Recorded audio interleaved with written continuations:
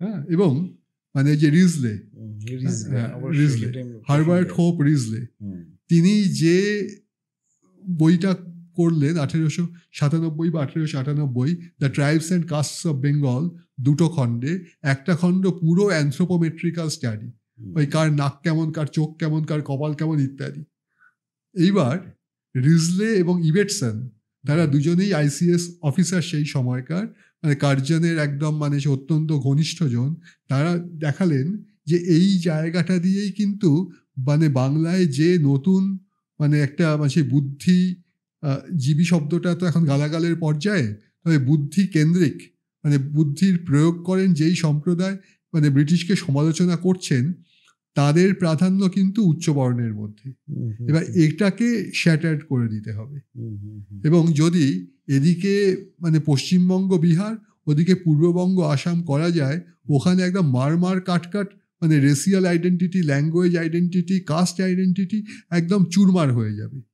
কারণ এইখান থেকে আপনার প্রশ্নের দ্বিতীয় ধাপের উত্তর, এই যে কনৌজ থেকে ব্রাহ্মণেরা আসছে, এবং আরেকটা ব্যাপার, বাংলার ব্রাহ্মণের হাতে উত্তরপ্রদেশ, মহারাষ্ট্র, মানে উত্তরপ্রদেশ, বিহার, উত্তরপ্রদেশ থেকে শুরু করে মহারাষ্ট্র পর্যন্ত, বা দক্ষিণ ভারতীয় অতটা জানি না আমি, পরিচয় পাইনি এখনো পর্যন্ত, বা মনেও নেই, দেখতে হবে।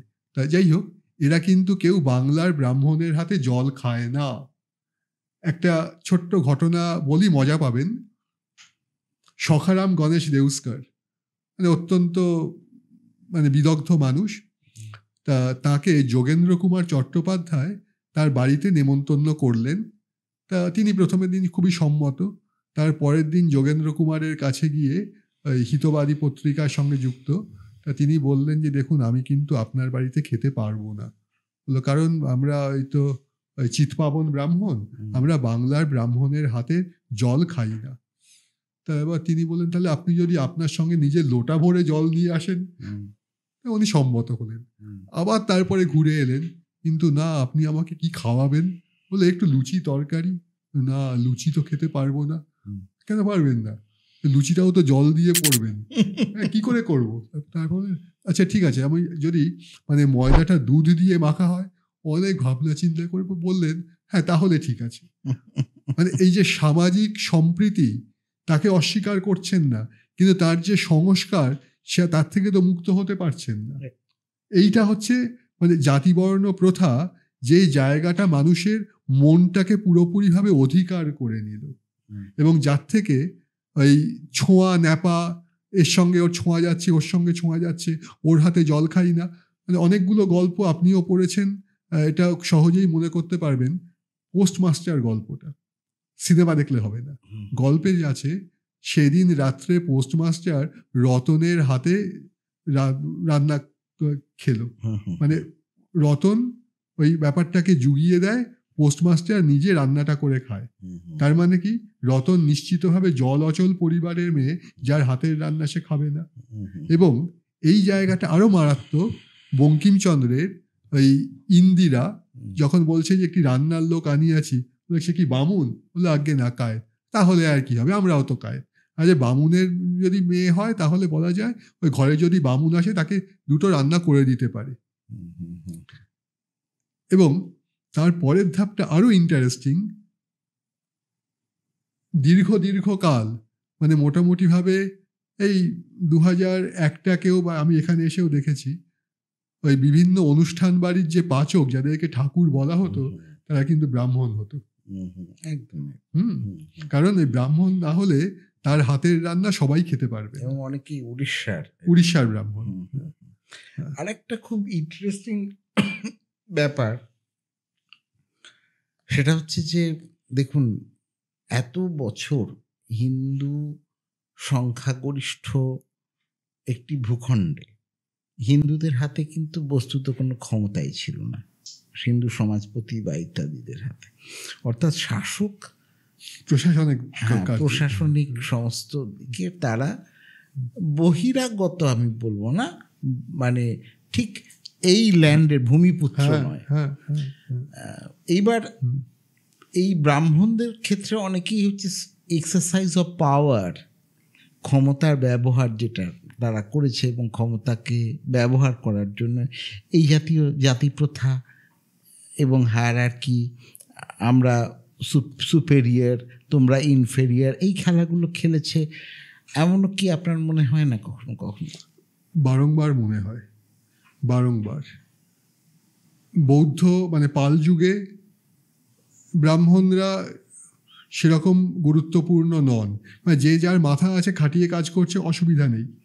কিন্তু যখন এই বল্লাল সেন অ্যান্ড লক্ষণ সেন তারা ব্রাহ্মণদের হাতেই পুরো ক্ষমতাটা দিয়ে দিলেন, খুব ভালো কথা। হ্যাঁ, কিন্তু তার পরে পরেই তুর্কি আক্রমণের পর্যায়ে যখন কোথায় বাকি ভূতের ফাঁকি মিলিয়ে গেল ফট করে, এবার বামুনরা কি করবে? সুতরাং ওই তাদের ক্ষমতা হয়ে গেল যার যার নিজের মতন। মানে এটা যেন সেই রকম, মানে যে ব্যক্তিটি আপিসে গিয়ে বড় সাহেবদের ধাতানি খায়, বাড়িতে এসে বউয়ের ওপর তম্বি করে, এটা একদম পুরোপুরি সেই রকম জায়গায় যে তাদের একটা সে অন্তর্বদ্ধ সমাজ। এই জায়গায় তারা ধরুন একটা গ্রামে 5 ঘর বামুন, এবার এই 5 ঘর বামুন 50 ঘর ওই মানে তথাকথিত শূদ্র কায়স্থ এদেরকে ডমিনেট করছে। এবার তার মধ্যে আরেকটা ফ্যাক্টর হলো মারাত্মক, বৈদ্যরাও ব্রাহ্মণের স্ট্যাটাস ক্লেম করছে। এবং আরেকটা ব্যাপার আরও মারাত্মক, কিন্তু তারা ঠিক ধারে কাছে ঘেঁষতে পারেনি, মানে অধ্যয়নের পরিসরের অভাবে যোগী নাথ দেবনাথ যাদের পদবী, তারাও কিন্তু নিজেদেরকে ব্রাহ্মণ ক্লেম করছেন, পৈতে নিচ্ছেন। এবং 19 শতকে এটা বাড়ে এবং যুগীর পৈতে নাম দিয়ে অনেক প্রহসন লেখা হয়, কিন্তু তারা তাদের মতন করে ছিলেন। যোগী সখা পত্রিকা বেরোয়, সালটা এক্স্যাক্ট মনে নেই, আছে, যাই হোক দেখে নেওয়া যাবে। তার আগে সমাজ বলে একটি পত্রিকা বার করেন অত্যন্ত বিশিষ্ট কৃতবিদ্য অধ্যাপক ডক্টর রাধা গোবিন্দনাথ, যার এই চৈতন্য চরিতামৃতের একটা ব্যাখ্যা সব থেকে ভালো এখনো পর্যন্ত। তো এই যে পরিসর, এবং এরা কেউই নিজেদের সসম্মান অবস্থান কিন্তু সেরকমভাবে পাচ্ছেন না।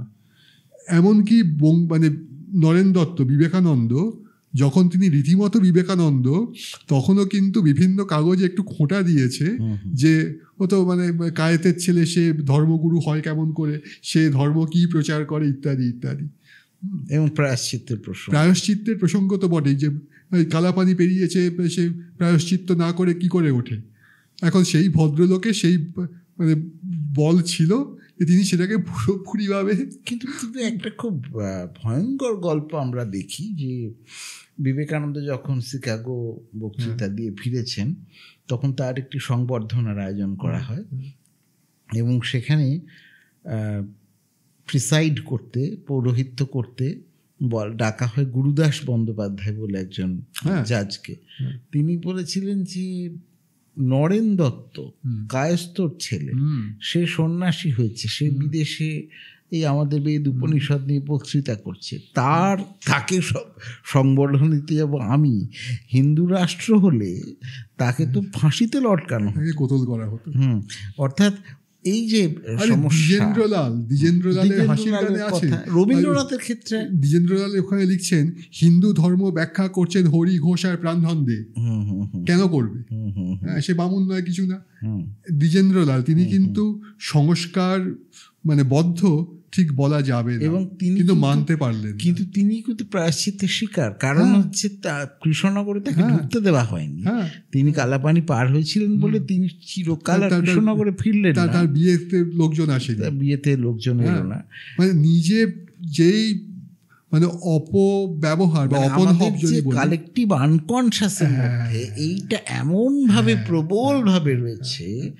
এবং রবীন্দ্রনাথের ক্ষেত্রে যেহেতু উনি ব্রাহ্ম ছিলেন, এবং রবীন্দ্রনাথের দিকটা একটু বলুন, খুবই ইন্টারেস্টিং।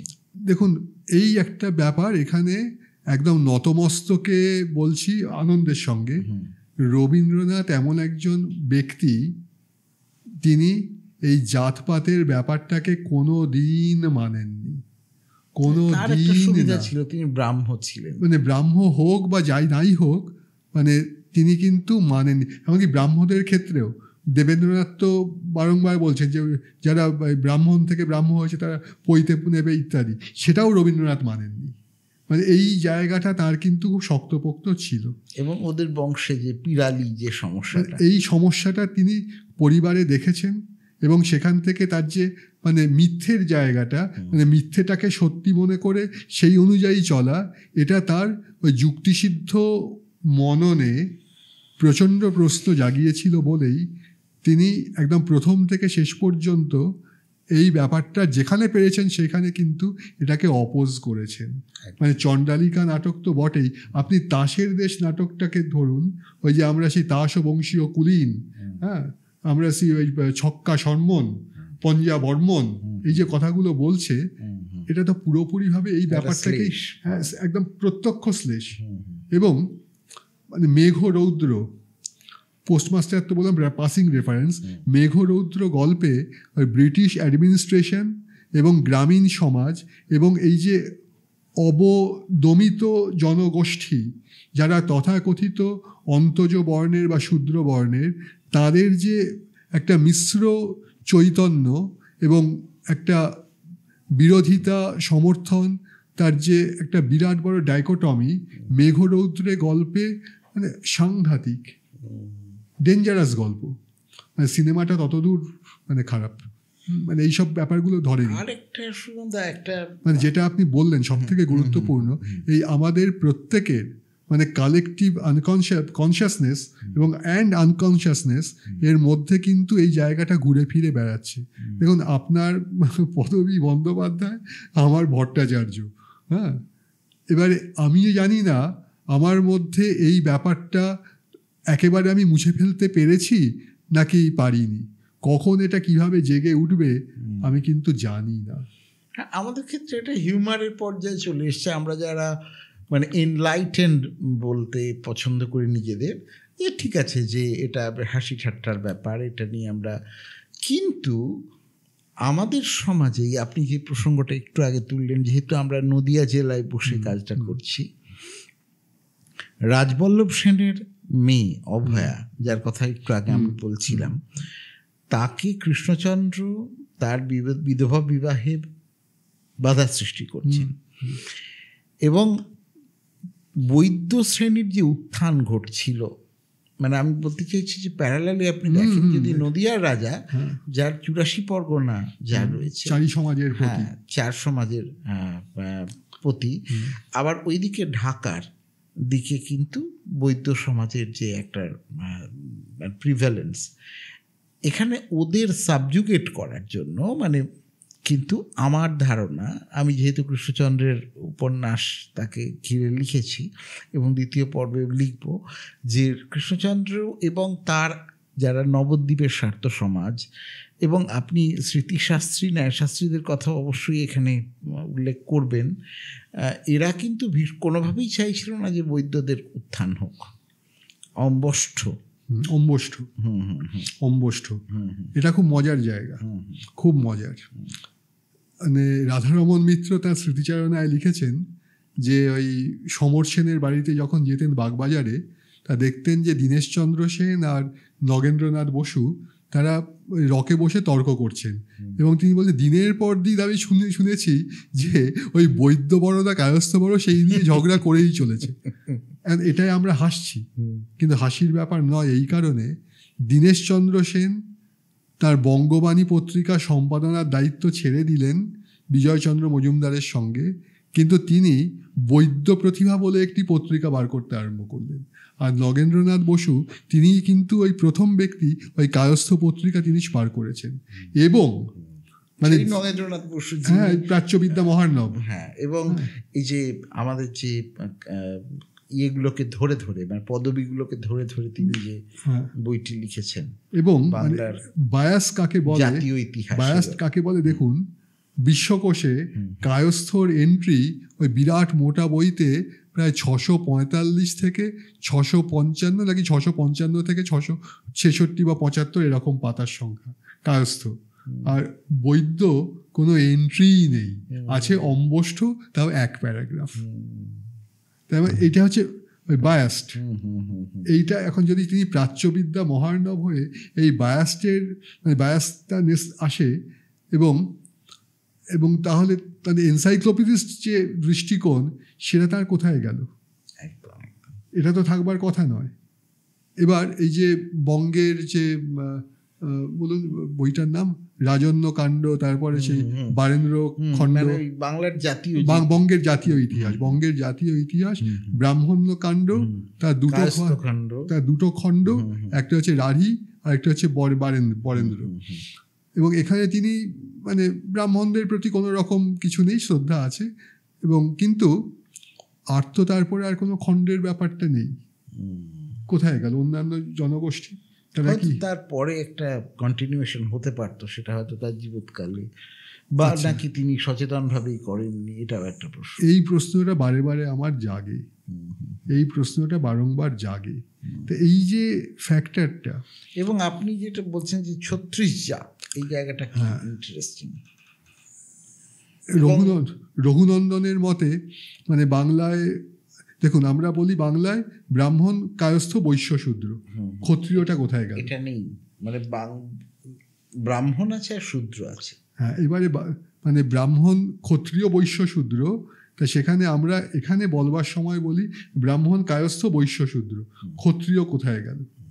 এইটা খুব মজার ব্যাপার বা খুব দুঃখের জায়গা। আমরা তো বিজিত জনগোষ্ঠী, মানে ক্ষত্রিয়রা যুদ্ধ করে পেরে ওঠেনি, সুতরাং কেউ আর নিজেকে ক্ষত্রিয় বলে পরিচয় দিচ্ছে না, আত্মগোপন করছে।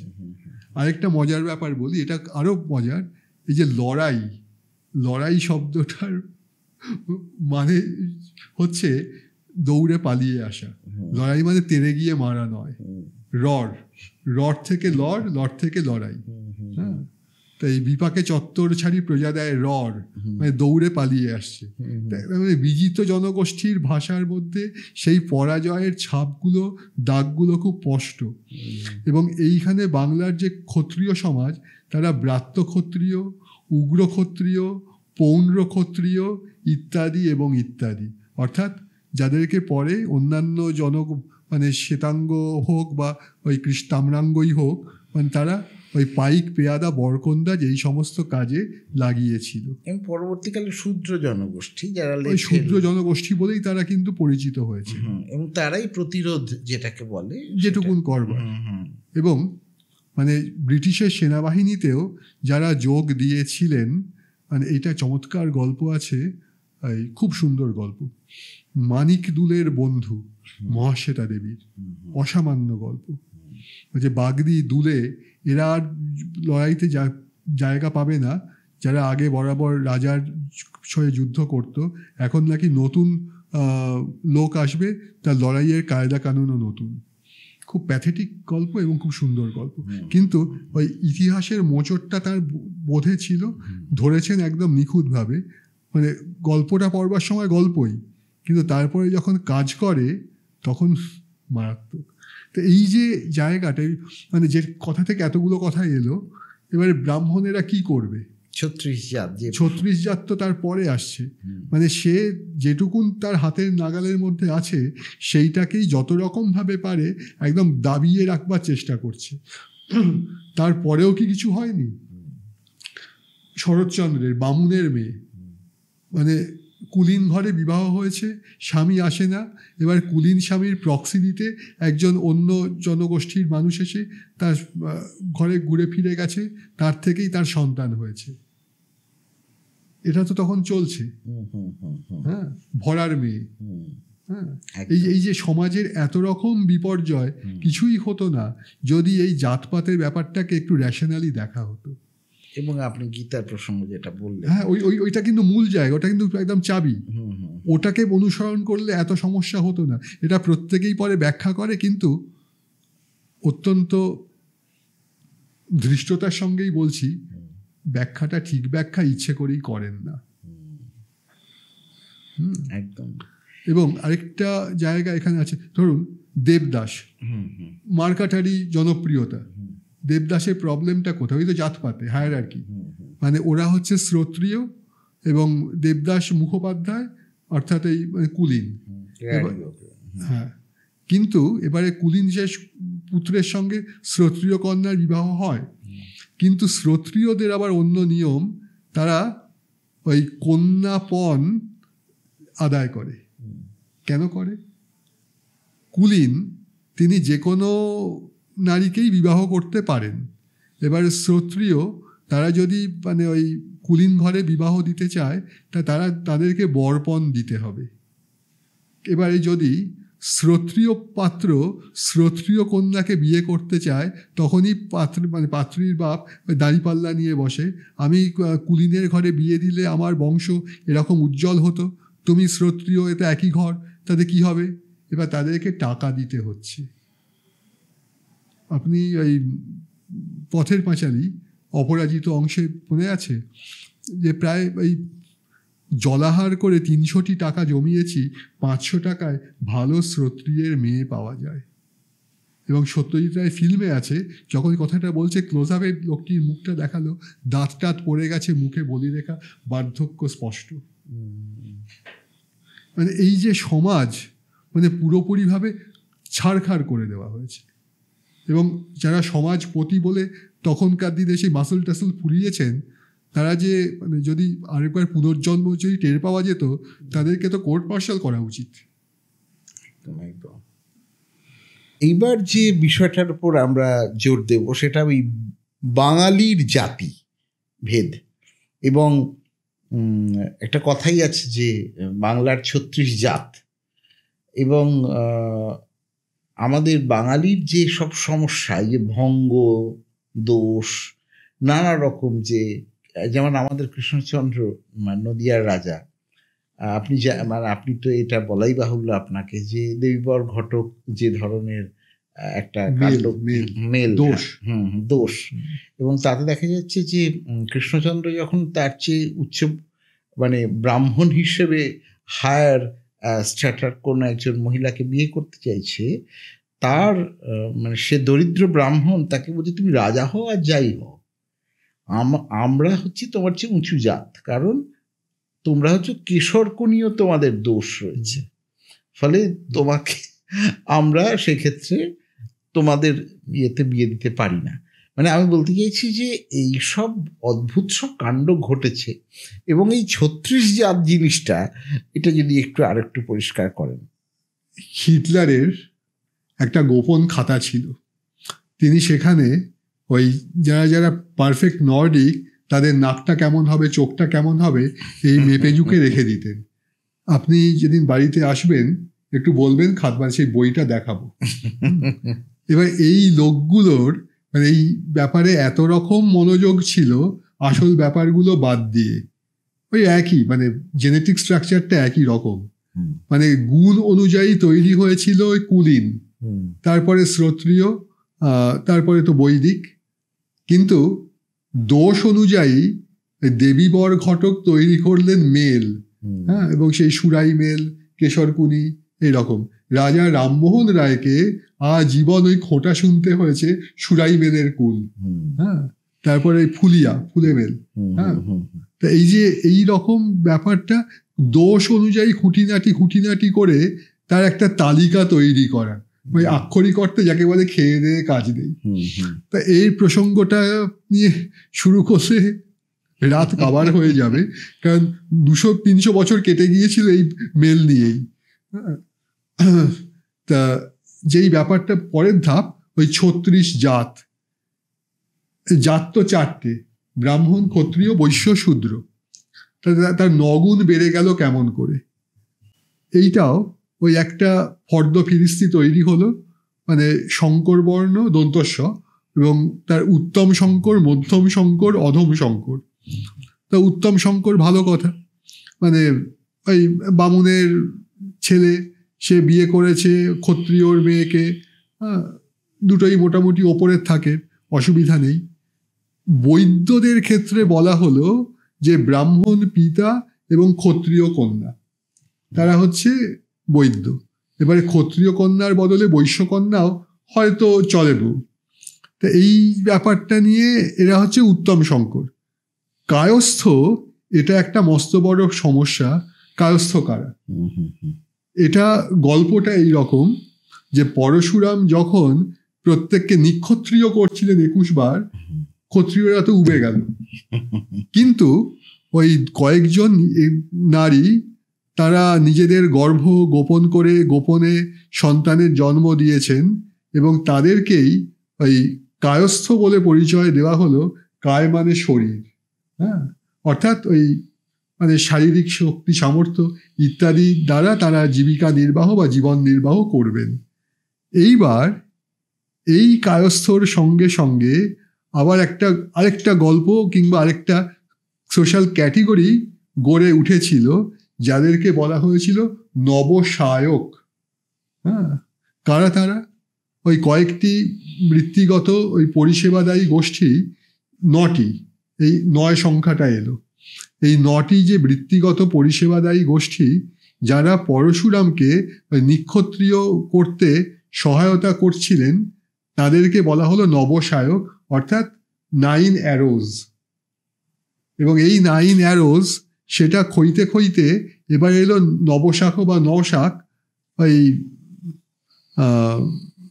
মালি, গোপ, তারপর কুম্ভকার, কংসকার, কংস বণিক না, কংসকার, কুম্ভকার, কংসকার, কর্মকার, মানে এই যে আর্টিজান ক্যাটেগরি, তাম্বুলি, মানে যাদের হাতের পান ইত্যাদি খাওয়া যাবে এরকম ভাবে, মানে মোটামুটি ভাবে যাদেরকে এসেনশিয়াল তাদেরকে রাখা হলো ওই নবশাখ বলে। তো এই যে জায়গাটা প্রত্যেকটাই কিন্তু ওই উচ্চ বর্ণের, তথাকথিত উচ্চ বর্ণের যাবতীয় সুযোগ সুবিধা সেইভাবে করা। এবং পাঁচকড়ি বন্দ্যোপাধ্যায় এটা নিয়ে একটা লেখা লিখেছিলেন এবং সেখানে ওই বৌদ্ধ সংস্রব সেই ব্যাপারটা যোগ করেছিলেন যে যখন বল্লাল সেন সুবর্ণ বণিকদেরকে জাত্যংশে পতিত করলেন, তারা অত্যন্ত দ্রুত মানে এই সার্ভিস গিভিং সেক্টর তাদের একটা বড় অংশকে হাত করে নিলেন যে তোমরা আমাদের কাজকর্ম করবে। এবং এরা বাদে এবার এদেরও যেসব শাখা প্রশাখা তাদেরকে এক পক্ষ জল অচল করলো এবং আরেক পক্ষ যারা কাজ করছে তাদেরকে জল চল করা হলো।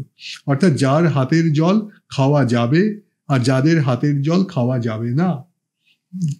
এইবার এই রকম ভাবেই এই উত্তম শঙ্কর, মধ্যম শঙ্কর, অধম শঙ্করটা বরাবরের গোলমাল। ওই যারা প্রতিলোম বিবাহ, অর্থাৎ মানে ব্রাহ্মণ কিংবা ক্ষত্রিয় কন্যা এবং তার নিচের থাকের পুরুষ, মানে সেইখানে ব্রাহ্মণ কন্যার ক্ষত্রিয় স্বামী বা ক্ষত্রিয় কন্যার বৈশ্য স্বামী ইত্যাদি ইত্যাদি। এইভাবেই ব্যাপারটা ওই 4 নং 36 এই সংখ্যায় বেড়ে গেছে, যেটা ওই ভীষ্ম সরসজ্জায় যুধিষ্ঠিরের প্রশ্নের উত্তর দিতে গিয়ে বলেছিলেন ওই শঙ্কর বর্ণের কোনো শেষ নেই, কত রকম ভাবে যে হতে পারে। মানে এক শঙ্কর বর্ণ তার পুরুষ যদি মানে অন্য কোনো বর্ণীয়া কোনো নারীকে বিবাহ করে বা কোনো পুরুষকে বিবাহ করে, সেও আরেক ধরনের শঙ্কর বর্ণ হবে। হ্যাঁ, এর কোনো আর শেষ নেই, এটা ক্রমাগত বাড়তে থাকবে।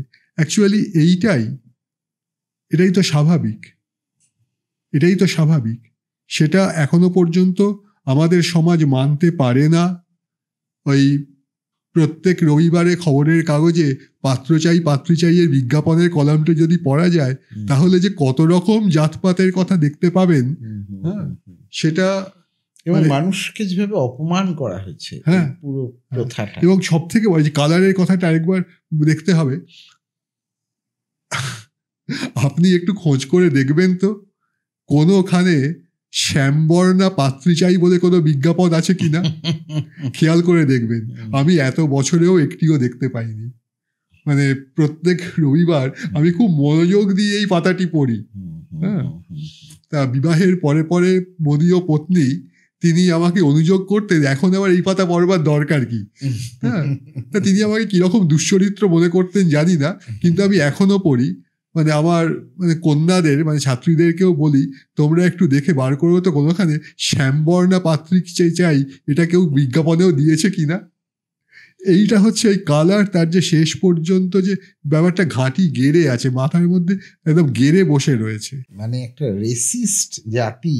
হ্যাঁ, মানে আমি বলতে চাইছি এই যে আমাদের ভারত যেটা প্রায় একটা সংকর মানে পুরোটাই মূলত বাংলায়। হ্যাঁ, শুধু কোনো ক্ষত্রিয় বর্ণও নেই, রেসিজম মারাত্মক, যে বিভৎস ভাবে রয়েছে। বিভৎস।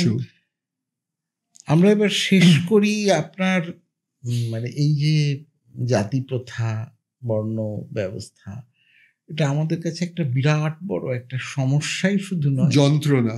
এই যন্ত্রণা আমাদের সভ্যতাকে, সমাজকে যেটা এত উন্নত আদারওয়াইজ, তাকে ভীষণভাবে পিছিয়ে দিয়েছে। অকারণে অনেক পদবীর মানুষের প্রতি আমরা না জেনে শুনে সংস্কারের বশে অবজ্ঞা করি, তাদের মেধামানকে, তাদের কৃতিত্বকে সম্মান জানাই না। এটা আমাদের কিন্তু মজ্জাগত। বিমল করের একটা উপন্যাস যদুবংশ, সেখানে দেখবেন একটি ছেলে, তারা কলকাতায় পড়াশোনা করছে, সংস্কৃতি মনস্ক।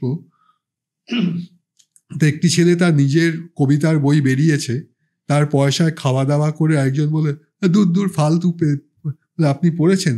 না পড়বার দরকার কি, আরে মোদক পদবী, ও আবার কখনো কবি হয় নাকি?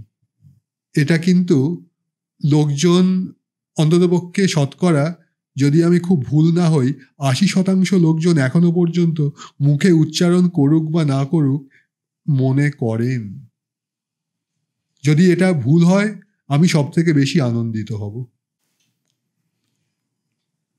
এবং রবীন্দ্রনাথের, মানে রবীন্দ্রনাথ, আবারও আসছে রবীন্দ্রনাথ, মানে রবীন্দ্রনাথের গল্প, উপন্যাস, নাটক, বিশেষ করে প্রত্যেকটা বলতে গেলে নাটক, আপনি মনে করে দেখুন না, তার যে প্রায়শ্চিত্ত, আমাদের এই জাতি যে অপমান করেছে মানুষকে, মানে ওই হেমর দুর্ভাগাদেশ, মানুষের অধিকারে বঞ্চিত করেছ যারে, সম্মুখে দাঁড়ায় রেখে তবু কোলে দাও নাই স্থান, অপমানে হতে হবে তাহাদের সবার সমান।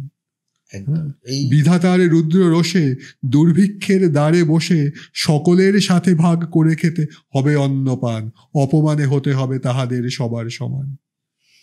একদম। উইথ দ্যাট নোট আমরা আজকে আলোচনা শেষ করছি। এটা 1913 সালের লেখা, একদম। এটা 2025। আমরা অপমানিত নিয়তই হচ্ছি, কিন্তু এবং আমাদের মধ্যে, যাদের মধ্যে একটু কনসিয়েন্স বলে, বিবেক বলে একটা ব্যাপার আছে বলে আমরা মনে করি, সেই জায়গাটা আমরা আহত বোধ করি যে এই 21 শতকে এসেও কি আমরা এইসব নিয়ে ভাববো? হ্যাঁ, অবশ্যই অবশ্যই। আচ্ছা, একটা সহজ উদাহরণ দিই। আমি পইতে নিইনি, এটা এই জায়গায় বলবার একটা সময় আছে। আমি পইতে নিইনি। 12 বছর বয়সে আমার কট্টর ব্রাহ্মণ্যবাদী পিতামহের সঙ্গে 3 মাস তর্ক করে আমি আমার পইতে ঠেকিয়েছিলাম, কিন্তু আমার পুত্র, তাকে আমার পত্নী আমাকে লুকিয়ে নিয়ে গিয়ে পইতে দিয়ে এনেছিলেন। এটা আমার ব্যক্তিগত এবং সামাজিকও বটে যন্ত্রণা। তাহলে আমিই বা কি করতে শেখাতে পারলাম? পারিনি তো। যখন কোনো পরিবারে কেউ উপনয়নের ব্যাপারটা আসে, এবং আপনিও খেয়াল করবেন যে কার্ডগুলো আসে গাদা গাদা, গোছা গোছা, বানান ভুলভাল শব্দ, সে কি বৈদিক পদ্ধতিতে নাকি উপনয়ন হবে, ঘন্টার মাথা হবে, সে ওই ফিরেও তাকাবে না। মানে ব্যাপারটা তো এইটাই। সে কতগুলো শপথ নেওয়া এবং সেটাকে নিজের জীবনে রক্ষা করা, ওইটাই তো উপনীতি, একটা বিশেষ দৃষ্টিকোণ, একটা চৈতন্যে সেই জায়গায় যাওয়া। রবীন্দ্রনাথের ব্রাহ্মণ প্রবন্ধটা এইখানে আবারও প্রয়োজন। মানে যে ব্যক্তি বা ব্যক্তিরা, তারা ওই চিন্তা, চৈতন্য এবং তাকে যুক্তি দিয়ে বিচার করে ক্রমশ এগিয়ে নিয়ে যাওয়ার পক্ষে যেই সাধনায় রয়েছেন, যেই ব্রতে রয়েছেন, তারাই ব্রাহ্মণ, আর কেউ না। একদম। যেটা পরে এলো, চৈতন্যদেব অনেকখানি এগিয়েছিলেন, চণ্ডালোপী দ্বিজশ্রেষ্ঠ হরিভক্তি পরায়ণ, এবং চৈতন্যদেব বরঞ্চ সব থেকে বড় বিপ্লবটা করতে সাধন করিয়েছিলেন নিত্যানন্দকে দিয়ে। এখানে অব্রাহ্মণ প্রথম গুরু হলো বৈষ্ণব ধর্মে। প্রথম নারীরা পড়াশোনা, অক্ষর পরিচয় এলো বৈষ্ণবদের মাধ্যমে, এবং বৈষ্ণবী নারী, তিনিও মন্ত্রদাত্রী গুরু মা হলেন। এইটা মানে চৈতন্যদেবের এটা মস্ত বড় অবদান যদি বলি, তাহলে অবদান শুধু অবদান শতক হবে না, সহস্রক বা লক্ষ। এবার এই জায়গাটাকে আমরা কতদূর সম্মান করি সত্যি সত্যি, মুখে বললে তো হবে না, কাজে কি মানছি? ঠিক। আজকে এই আজকের যে আলোচনা, এই আলোচনা একটা পরিসর তৈরি করে গেল, অনেকগুলো প্রশ্ন তৈরি করে গেল, যেগুলো উত্তর দিতে হয়তো সুমনবাবুকে আবার আসতে হতে পারে। কিন্তু যারা দেখছেন তাদের মনে প্রশ্ন তৈরি হোক এবং সেগুলো কমেন্ট বক্সে লিখুন, আমরা তার যত দূর পারি সেগুলোকে অ্যাড্রেস করার চেষ্টা করব। আশা করি আপনাদের কাছে এই যে আমাদের যে জাতি বর্ণ নিয়ে যে আলোচনাটি, এটি কিছু কিছু এবং অনেকটাই আলো ফেলেছে সেই সব বেশ কুয়াশাচ্ছন্ন জায়গায়। আপনাকে অনেক ধন্যবাদ জানাই সুমন রায়। আপনাদেরকে ধন্যবাদ, আপনাকে বিশেষ করে, কারণ অনেকগুলো জমা কথা একটু বলবার একটা মানে ঢাকনাটা খুলে দিলেন, তার জন্য আপনাদেরকে মানে সকৃতজ্ঞ ধন্যবাদ।